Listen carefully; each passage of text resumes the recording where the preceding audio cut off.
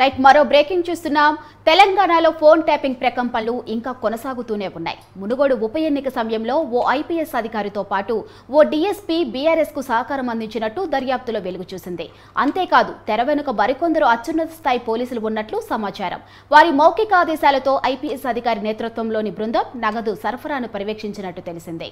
దర్యాప్తుల్లో మునుముందు సహకారం అందించిన అత్యున్నత స్థాయి అధికారుల పేర్లు కూడా బయటకు వచ్చినట్టు సమాచారం.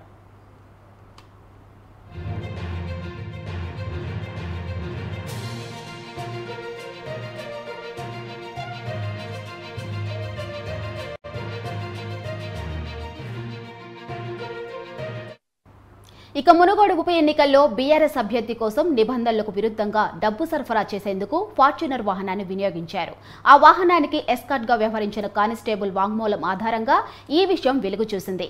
ఐపీఎస్ అధికారితో పాటు స్పెషల్ బ్రాంచ్ వ్యవహారాలను పర్యవేక్షించిన డీఎస్పీ ఆదేశాలతోనే తాను ఈ వాహనానికి ఎస్కార్ట్ గా వ్యవహరించినట్టు నల్గొండకు చెందిన ఆ కానిస్టేబుల్ తన వాంగ్మూలంలో తెలిపాడు.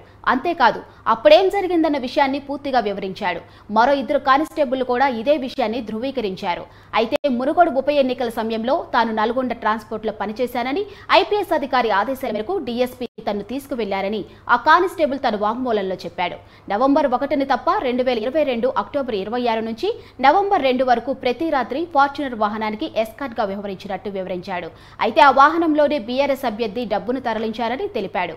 అక్టోబర్ 31 జరిగిన బహిరంగ సభలో అప్పటి ముఖ్యమంత్రి పాల్గొన్నారని, ఆ సభలోనే తమ డీఎస్పీ ఓ ఐపీఎస్ అధికారిని చూపించి కేసీఆర్ తో ఆయనకు సన్నిహిత సంబంధాలు ఉన్నాయని చెప్పారని, ఆయన ఆదేశాల మేరకు డబ్బును సరఫరా చేస్తున్నట్టు వివరించారని పేర్కొన్నారు.